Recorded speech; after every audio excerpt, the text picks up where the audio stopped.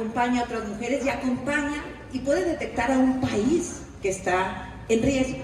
Y no estoy hablando solo del presente, como algunos ahora quieren hacernos creer. Denise ha observado por décadas, ha criticado por décadas al poder. Levantó la voz en el fraude del 88, lo mismo ha señalado errores, corrupción, malos manejos en sexenios de Vicente Fox, o de Felipe Calderón, o de Enrique Peña Nieto, y lo sigue haciendo hoy. Es la misma Denise Dresser. Bienvenida a la valiente, siempre Denise Dresser, bienvenida a Monterrey. Erosionando muchos de nuestros derechos que han costado tanto trabajo, porque un presidente como este es popular, sin confundirlo con buenos resultados en el gobierno. Se están usando programas sociales al por mayor. Evidentemente 30 millones de hogares reciben una beca para discapacitados, una beca para madres solteras, una beca para adultos mayores, apoyos económicos, apoyos en dinero. ¿Cómo explicar que haciendo tanto daño a un país sea un presidente que tiene amplias posibilidades de colocar a su candidata como presidenta de la República y de mantener por lo menos una mayoría en el Congreso? A ver, pregúntense por qué Estados Unidos, país que durante muchos años fue un emblema de democracia, mucho criticable, pero era considerado un país democrático. Si fueran hoy las elecciones, Donald Trump tendría posibilidad de ganar. Y estamos hablando de un destructor de la democracia, un mentiroso, un criminal. O sea, cualquier país, en cualquier momento, puede volverse vulnerable a perder la democracia. Yo cito en el libro a Anna Applebaum, una famosa historiadora, que dice que la democracia es como el agua de la llave, que tú la abres y siempre piensas que va a salir agua. ¿Qué está sucediendo en nuestro país? Nos estamos quedando sin agua. Literal y figurativamente, el agua de la llave democrática la están cerrando. Pero como ya nos acostumbramos a tenerla, solo la vamos a extrañar el día que abramos la llave y ya no haya partidos de oposición o que nunca puedan ganar, o que no haya periodistas como Azucena porque ya la censuraron y la corrieron de su medio porque el gobierno controla las concesiones, o que no haya personas como yo porque yo me paso la vida dando clases, escribiendo libros y en este sexenio defendiéndome en los tribunales porque estoy involucrada en un montón de demandas. Acabo de ganar una que me consumió 2 años de mi vida por violencia política de género contra la diputada de Morena, Andrea Chávez, porque en un programa yo hice alusión a que le habían prestado un avión de la Guardia Nacional para trasladar a su familia a su informe de gobierno. Y en el debate pues nos preguntábamos por qué le prestaron el avión y yo me refería a una supuesta relación personal, no afirmé que fuera cierta, me demanda la diputada, me la paso yendo a los tribunales, a la sala superior, luego a la sala especializada y finalmente, y ahora sí quiero un aplauso, un apapacho, un reconocimiento, porque gané el fallo hace 3 días.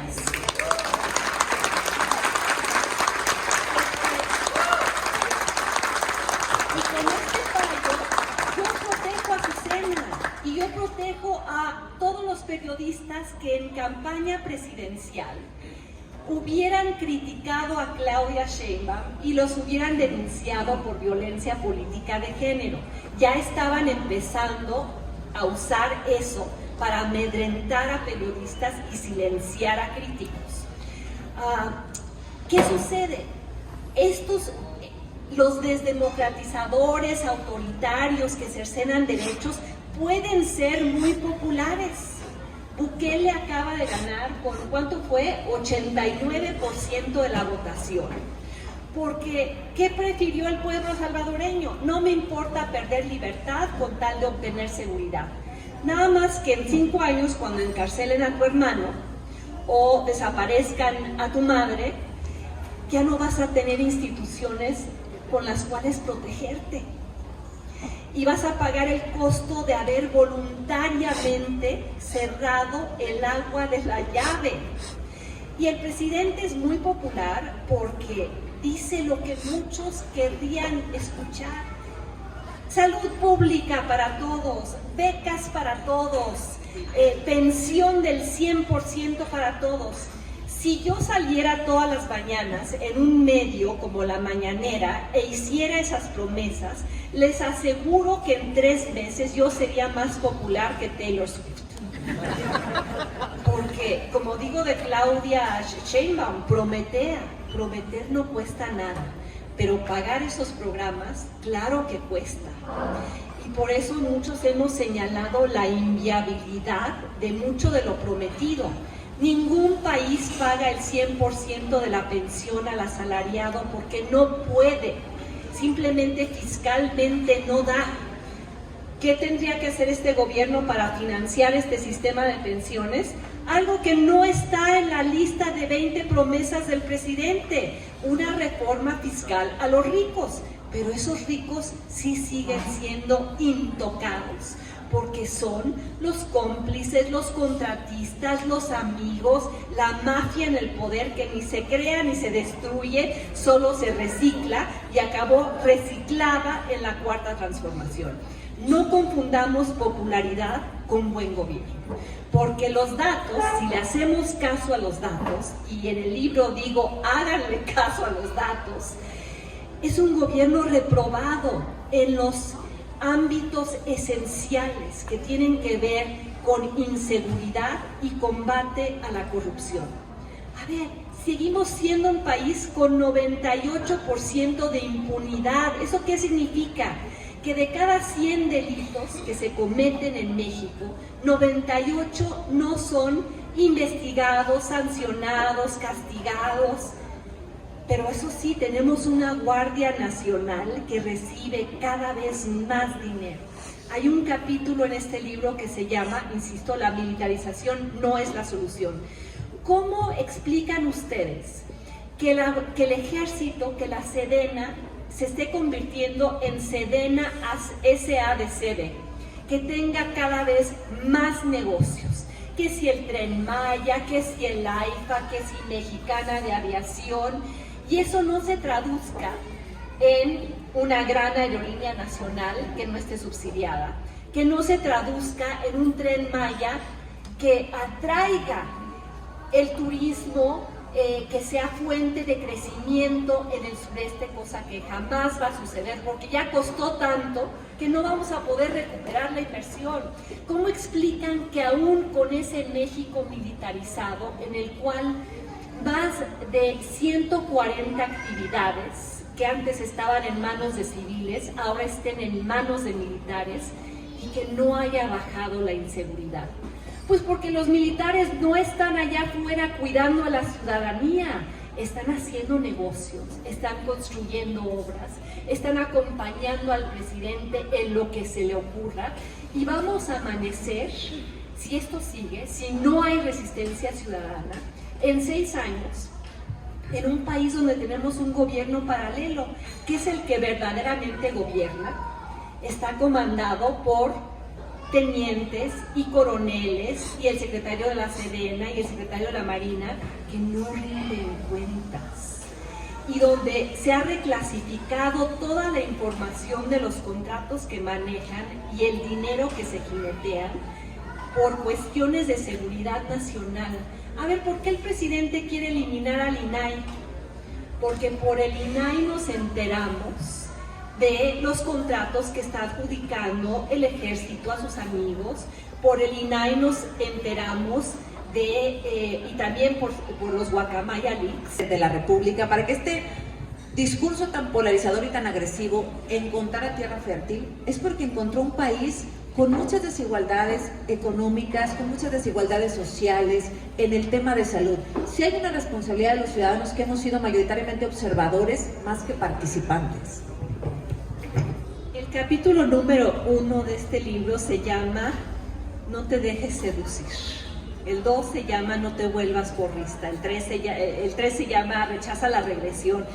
Porque estoy volteando la mirada al poder y lo hago de manera crítica, haciendo un corte de caja de todo el sexenio, desde múltiples aristas, pero también estoy volteando el reflector a los ciudadanos y a personas que a mí me acompañaron en la lucha democrática y que ahora se fueron al lado oscuro de la fuerza, que ahora defienden lo indefendible. A ver, yo estuve en Monterrey hace 10 años con Tatiana Cloutier peleando por una reforma política que incluyera las candidaturas independientes, la revocación del mandato, la consulta popular, todos esos derechos que luego se incorporaron a la reforma política de Calderón y que ahora este gobierno ha tergiversado esos derechos para apropiárselos, para que se vuelvan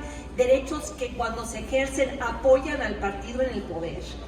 Y ahora no entiendo que esa Tatiana Cloutier apoye a un partido que dice que va a destruir al INE, que va a destruir a la Suprema Corte, que ha militarizado al país. Yo estuve ahí como activista en el Congreso cuando se votó en comisiones crear la Guardia Nacional. Que ahora el presidente dice, la Guardia Nacional Militar va a ser una fuerza permanente y ya no vamos a tener policías.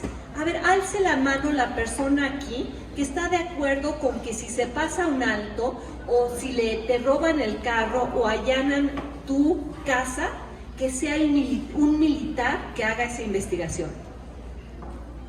Si alguien está de acuerdo con eso, por favor, pásese a retirar. Porque hay un capítulo en mi libro que se llama La militarización no es la solución, ni en México ni en ninguna parte del mundo. Entonces, le reclamo a Tatiana, le reclamo a Genaro Villamil, ahora al titular del sistema de radiodifusión pública, que ha convertido a los medios públicos en propagandistas del gobierno, el Canal 11 y el Canal 22, que ahora tienen noticieros y programas de comentaristas aplaudidores de la erosión democrática. Al inicio del sexenio había un programa de sátira donde hacían sátira de mí, o sea, hacían sátira de los críticos del gobierno. Le reclamo a Sabina Berman, compañera de luchas feministas, que ahora se calla cuando el presidente desde Palacio Nacional dice que quienes marchamos cada 8 de marzo somos feministas, manipuladas por Acción Nacional, por el conservadurismo. Le reclamo a Arturo Saldívar que iba a cenar a mi casa, que me invitaba a la Suprema Corte, que le ha dado una puñalada en la espalda a un poder en el cual él participó y que ahora denuncia y que ahora dice un poder privilegiado, un poder al que le pagamos las clases de yoga, pero eso sí, se fue de la corte sin terminar su periodo, pero con su pensión. O sea, la 4T no quería acabar con los privilegios o con los privilegiados, querían ellos tener acceso a los privilegios y ser ellos los privilegiados. Entonces hago una crítica a ciudadanos que aceptan eso, que aceptan porque sí somos un país, y lo digo y lo admito, está aquí en este libro escrito hace más de 10 años. Hablo del país racista y clasista, nunca lo he negado. Pero ese país racista y clasista encontró a alguien que en lugar de encarar los problemas de racismo y clasismo, los ha instrumentalizado para dividir al país. Para decir, cualquier crítica de alguien que no apoya 100% a la 4T es un racista, es una clasista, es un conservador, es un fifí. Y le ha dado al país una rasurada patriótica donde ya no hay cabida para los críticos. De pronto resulta que ya no somos mexicanos con derechos. Entonces, ciudadanos que aceptan esto están siendo incongruentes con las luchas de hace 30 años. El último capítulo de este libro se llama Ciudadano congruente se une al contingente. Y el libro tiene una serie de pruebas para los ciudadanos. A ver, si si tu presidente hace esto, palomita. Si tu presidente apoya la militarización, palomita o tache. Si tu presidente se va contra los contrapesos, tache. Y al final, si tú le pusiste tache a todo, tienes que entender que como ciudadano tu país está en riesgo. Porque en aras de la expansión de los derechos sociales, que yo llevo 30 años diciendo basta de oligarcas, basta de que no haya reformas fiscales de fondo, basta de privilegios. Como gobiernos anteriores no ampliaron los derechos sociales y no atacaron el problema de la concentración de la riqueza, ahora hay 50 millones de mexicanos que se sienten representados por un hombre que dice vayamos contra las élites, pero eso también es un mito, Azucena. Hay un capítulo en este libro que se llama Con los oligarcas ni a la esquina. Porque ¿dónde están los oligarcas? El presidente dice, los he combatido, he ido contra la oligarquía, he ido contra los privilegios, hay menos pobres. Sí hay menos pobres, pero también hay más ricos.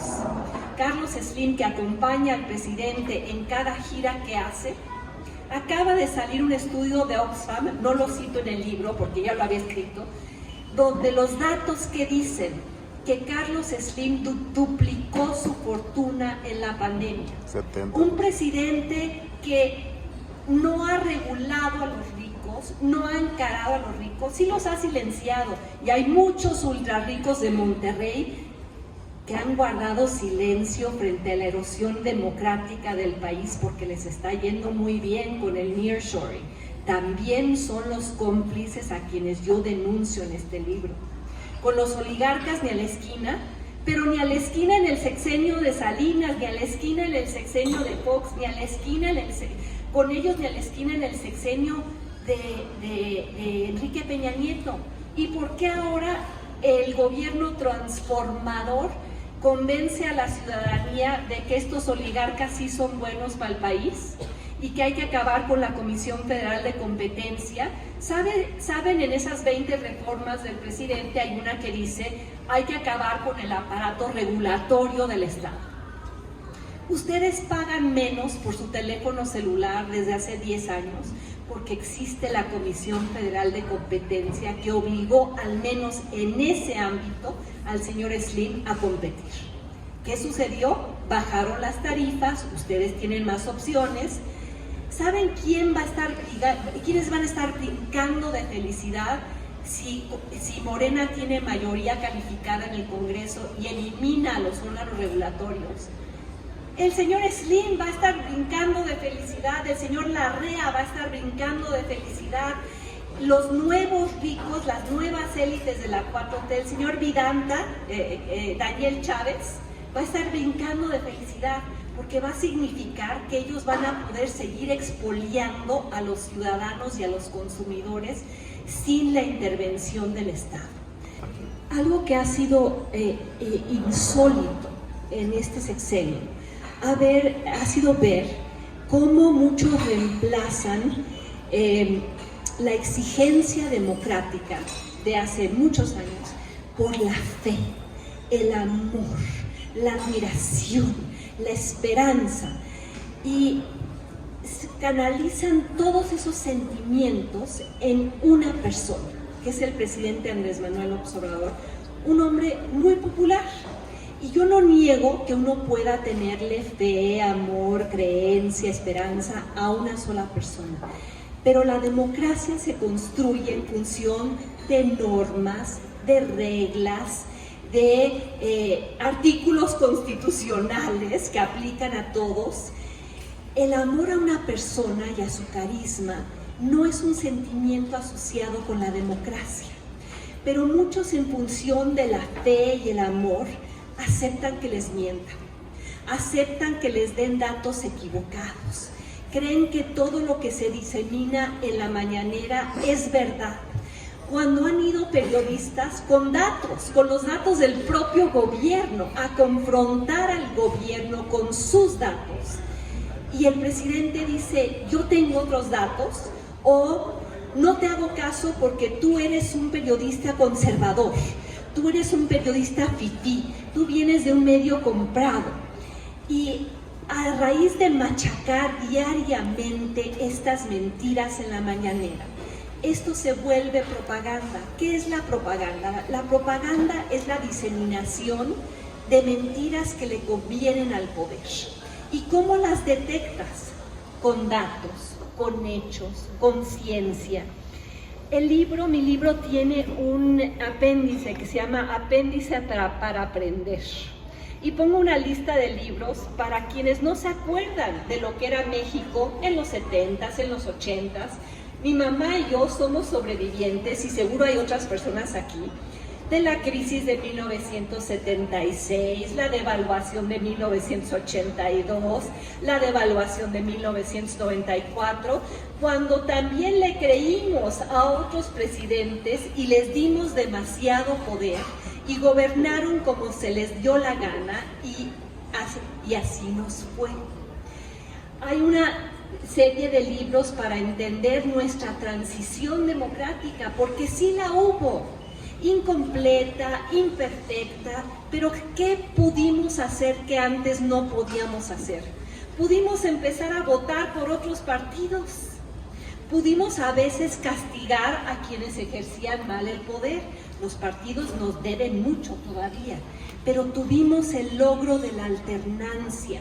Tuvimos crear un Instituto Nacional Electoral que a todos ustedes les han dado una credencial de elector, una tinta indeleble, un padrón confiable, funcionarios ciudadanos de casilla. Quizá muchos de ustedes no nacieron en el país donde no había eso. Y yo, como antídoto, digo, pónganse a leer todos estos libros sobre cómo fue la transición. Y para quienes piensan que el presidente López Obrador es icónico, nunca ha habido nadie como él, hay una lista de libros sobre la erosión democrática a nivel global. Porque lo que él dice y hace se parece mucho a lo que dice y hace Trump. Se parece en mucho a lo que dice y hace otros presidentes democráticamente electos, que llegaron al poder y que luego usan la propia institucionalidad democrática para erosionar a la democracia, que es el caso de un Bukele, que es el caso de un Orbán, que es el caso de un Erdogan. Y ahora en esta elección les están pidiendo que vayan a votar por un partido que está diciendo explícitamente les va a quitar derechos. Les va a quitar derecho a una elección libre, limpia, justa. Les va a quitar el derecho a que haya una Suprema Corte que defienda la Constitución, que si vuelven a votar por Morena sin contrapesos, esa Suprema Corte va a estar poblada de morenistas que van a interpretar la Constitución como ellos quieran y como les convenga. Entonces, el antídoto es: lean qué está pasando en el mundo. Propongo toda una serie de películas para entender tu tiempo. Películas como Heroico, sobre los costos de la militarización. Películas como Noche de Fuego, de Tatiana Hueso, para entender que ahora todos somos víctimas del entramado criminal que se da en las zonas rurales, donde la Guardia Nacional se pelea o se alía con el narco.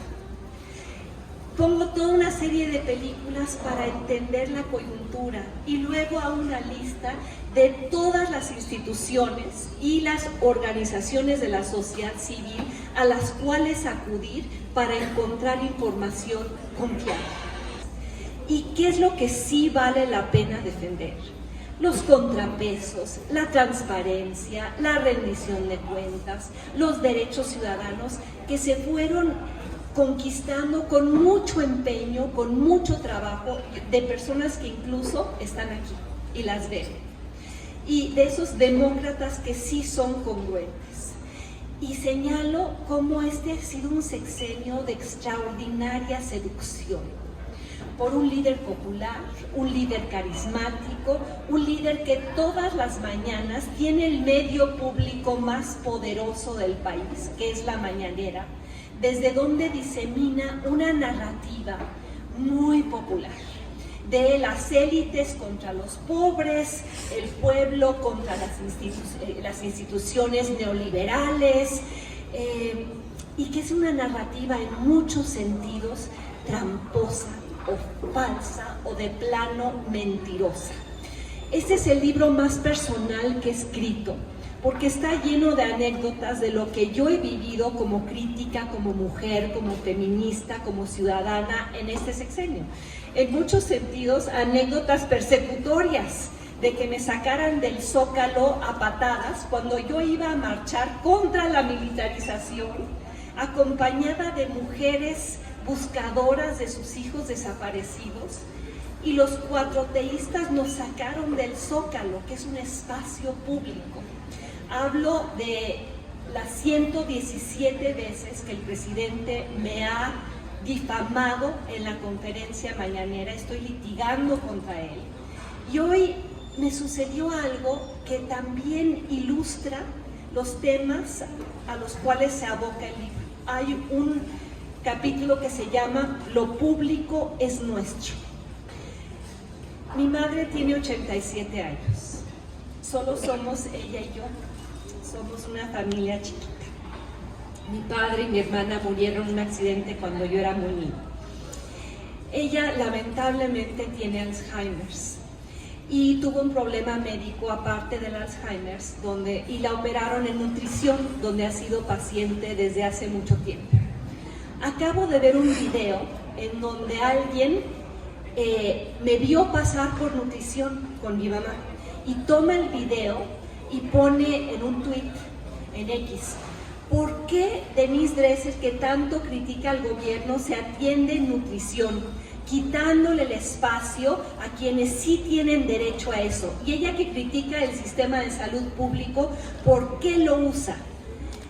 Y yo pensaba, a ver, están tratando de partidizar y politizar el tema de la salud. Todos tenemos derecho a las instituciones de salud pública. Nutrición hace un estudio socioeconómico por el cual yo, al final de la atención, que fue magnífica, y de hecho felicité públicamente al instituto, porque a pesar del recorte de 40% en su presupuesto y a pesar de la escasez de medicamentos que me obligó en 2 ocasiones a salir a comprar medicamentos que nutrición no tenía, que eran necesarios para la operación de mi mamá, sigue siendo un centro de excelencia. La aspiración debería ser que todos tuviéramos acceso a ese centro de excelencia y que no se diera una rasurada. Resulta ser que ahora solo puedes tener acceso a nutrición si eres simpatizante de la 4T. Y si no, ya no tienes ese derecho a la salud. ¿Se dan cuenta de lo que están ocurriendo, de lo que está sucediendo? De independencia, de crítica, de mucho tiempo. Me gusta venir a Monterrey porque es una ciudad de gente franca, directa, honesta, que pueden estar en desacuerdo contigo, pero te lo dicen. Y yo estoy dispuesta a dialogar con cualquiera, incluso con quienes discrepen de este libro. Me gustaría que lo leyeran muchos que piensan que este es el mejor gobierno que México ha tenido y que vamos avanzando, cuando en realidad lo que estoy planteando es una regresión en ciernes, y por eso subrayo el país en riesgo. Y como los ciudadanos no estamos muy conscientes del todo, o no recordamos cuánto costó llegar aquí, no sabemos qué significa la democracia en nuestro día a día, desdeñamos su cuidado. La democracia, para fines prácticos, es como la salud, no la valoramos hasta que la perdemos, y entonces hoy estamos ante ese escenario. Denis nos muestra en este libro una guía puntual, una guía clara, que puede ser usada hoy con urgencia o en el futuro, para evitar que el autoritarismo disfrazado de democracia nos seduzca, para evitar que sigamos convirtiendo o pensando que los políticos son dioses, que todo van a resolver, o que les entreguemos nuestra protección, que pensemos que ellos nos van a salvar. Porque aquí, y nos debe quedar claro de una vez y ojalá para siempre, ningún político va a salvar a la ciudadanía. Los ciudadanos, como diría Denis, los ciudadanos de alta intensidad, vamos a mantener este país limpio, digno y democrático.